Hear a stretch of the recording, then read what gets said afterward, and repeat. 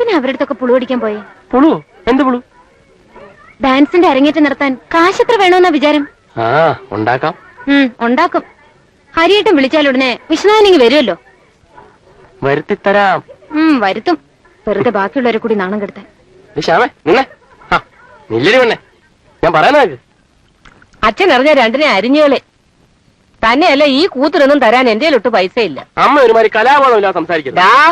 അല്ലമ്മേ, ഈ നാട്യകലയുടെ അഭവമായ സീമകളിലേക്ക് അമ്മയുടെ മകൾ ഇങ്ങനെ പറന്നുയരുന്നത് കാണാൻ അമ്മയ്ക്ക് ആഗ്രഹമില്ലേ?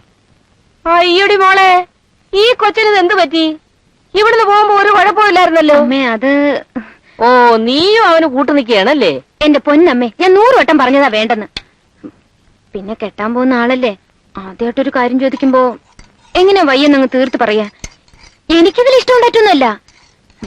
ഏതായാലും ചോദിച്ചു പോയില്ലമ്മേ. ഉണ്ടെങ്കിൽ ഒരു 10-500 രൂപ ഓട്.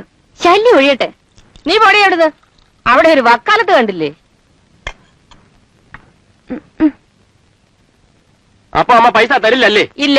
എന്നാ വേണ്ട. ഈ വീട്ടിൽ കലാബോധമുള്ള വേറെ ആളുകളുണ്ടോ എന്ന് ഞാനും നോക്കട്ടെ. May I come in? No.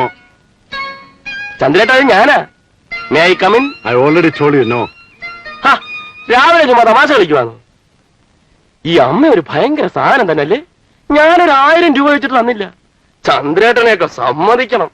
എങ്ങനെ അഡ്ജസ്റ്റ് ചെയ്ത് പോന്നു? മതി. നാണം ഉണ്ടോടാ നിനക്ക്? കെട്ടാൻ പോണ പെണ്ണിനെ വേഷം കെട്ടിച്ച് നാട്ടുകാരുടെ മുമ്പിൽ നിർത്തി തുള്ളിക്കാൻ അതിന് 1000 രൂപ വേണം അത്രേ. കാലണ ഞാൻ തരത്തില്ല. എനിക്ക് വേറെ ജോലിയുണ്ട്. പോ. അല്ല, ഞാൻ നിന്നോടാ പറഞ്ഞ പോകാൻ. then make it 500. ഏതായാലും സ്ത്രീധനവും തരാൻ ഉദ്ദേശിക്കുന്നില്ലല്ലോ.